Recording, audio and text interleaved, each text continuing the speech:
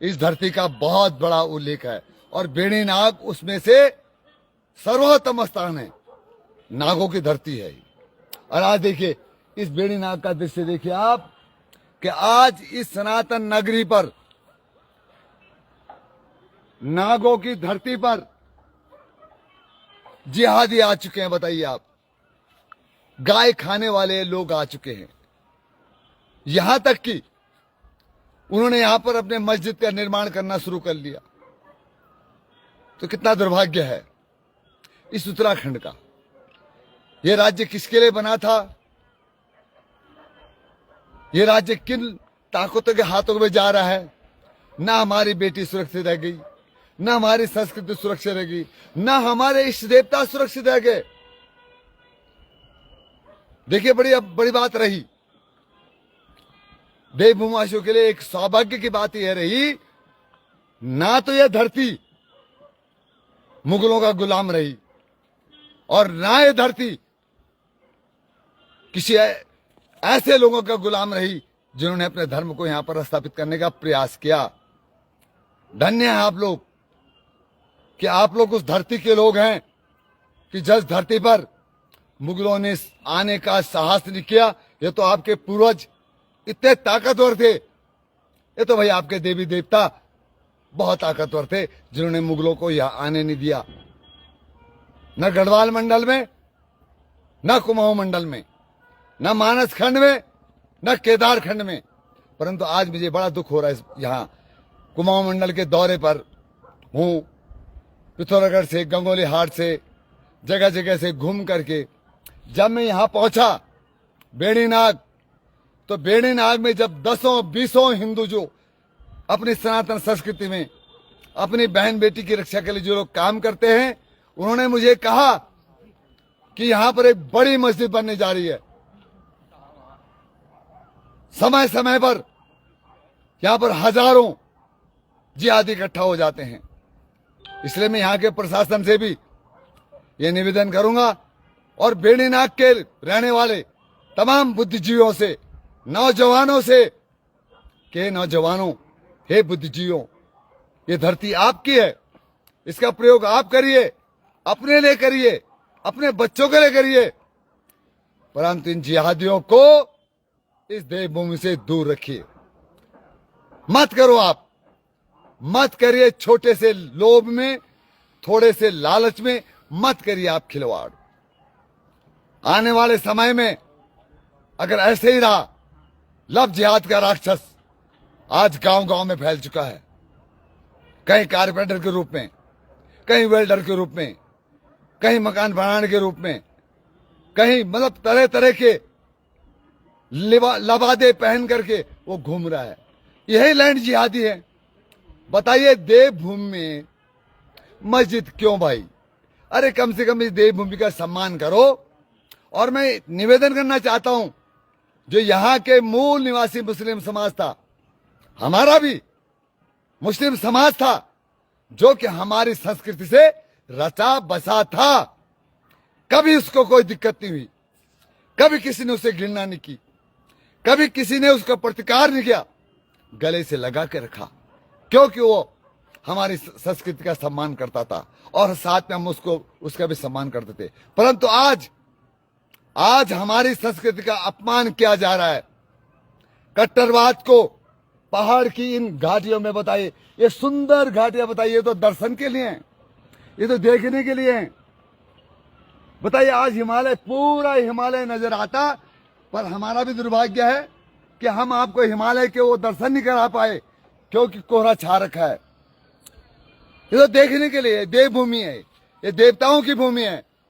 और मैं चाहता हूं लोग, पर्यटक भी आए और पर्यटक साथ साथ में यहां पर जगह जगह पर तीर्थाटन मिलेगा आपको, अद्भुत शक्तियां मिलेंगी आपको यहां पर। अगर आप साक्षात्कार होना चाहते हैं तो इस देवभूमि की सनातन संस्कृति को बचा लीजिए। यह हिंदू धर्म का उद्गम है, यहीं से गंगा मां निकलती है, यहां से यमुना जी निकलती हैं, यहां बद्री केदार है, जागेश्वर बागेश्वर है। तो ऐसी धरती का सम्मान, ऐसी धरती का संस्कृति की रक्षा तमाम सभी कम से कम राजनीति से ऊपर उठ करके अरे अपने बच्चों के बारे में सोचिए, अपने पड़ोस के बारे में सोचिए, अपने गांव के बारे में सोचिए।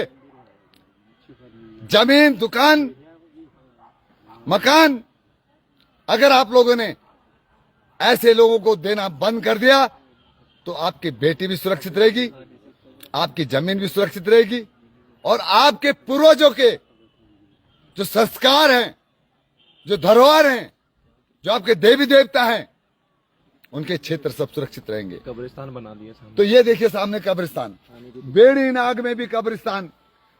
आप बताइए, ये देखिए बेड़ी नाग में भी कब्रिस्तान। तो क्या होगा इस बेड़ी नाग का, यहाँ की संस्कृति का क्या होगा? इसके पीछे तो मैं चाहता हूं बेड़ी नाग के संभ्रांत जनता, हिंदू सनातन प्रेमी जनता, उत्तराखंड से जिनका लगाव है, अपने पूर्वजों को जो मानते हैं, जो अपने मतलब इष्ट देवताओं की पूजा, हर गांव का इष्ट देवता है। इतनी विहंगम संस्कृति हमारी, बहुत बड़ी संस्कृति। अरे पितृ भी हमारे देवता हैं। हमारे यहाँ तो पितरों की भी पूजा की जाती है, पितरों को भी नचाया जाता है।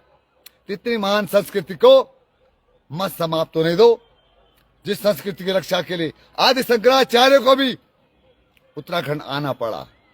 उस महान संस्कृति को छोटे से स्वार्थ के लिए आप लोग समाप्त मत करो।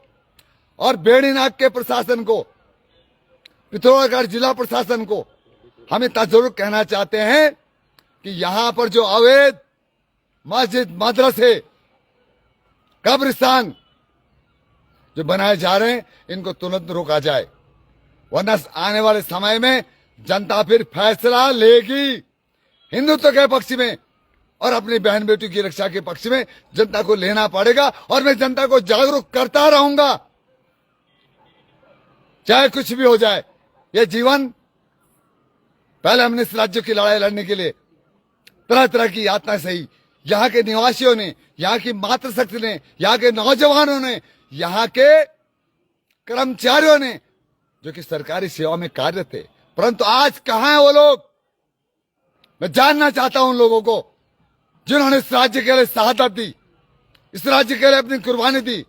मां बहनों ने पता नहीं क्या प्रताड़ना सी, वही जानती हैं आज वो शक्तियां कहां हैं।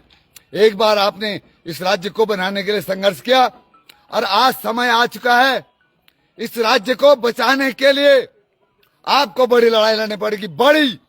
राजनीति से ऊपर उठ करके, राजनीति से कोई संबंध नहीं। हम अपने पूर्वजों के सम्मान में एक हैं, अपने बहन बेटी के सम्मान में एक हैं, अपने देवी देवताओं के सम्मान में एक हैं। और बेड़ी नाग प्रशासन मस्जिद को रोकना चाहिए, ये मैं निवेदन करूंगा, आग्रह करूंगा। और जब अगली बार कभी आना फिर होगा तो फिर यहीं बैठा जाएगा कुछ दिन तक। जय बेड़ी नाग। सभी नागों को, यहाँ पर 8 नाग हैं बाबू, 8 नागों की धरती है। यहाँ पर जगह जगह जितने पहाड़ दिखाई दे रहे हैं, ये सब 8 नागों इस पर स्थापित हैं, और उनके बीच में बेड़ी नाग है। बेड़ी नाग, और बेड़ी नाग की जगह पर अगर मस्जिद बन जाए, अगर चर्च बन जाए, तो दुख का कारण तो है ही। ये मेरे दुख का कारण है, और मेरे दुख का कारण आप भी हो, क्योंकि आप बनने दे रहे हो। इससे मैं नमो नारायण करता हूं। जय देवभूमि कह करके, जय बेड़ी नाग, जय भद्र विशाल, जय गोलदेव महाराज कह करके प्रार्थना करता हूं उनसे कि आपको शक्ति दे कि आप पूर्वजों की धरोहर को सुरक्षित रख सके। जय हो आपकी। प्रणाम। पूर्व दिखा दी, गोल घूरा।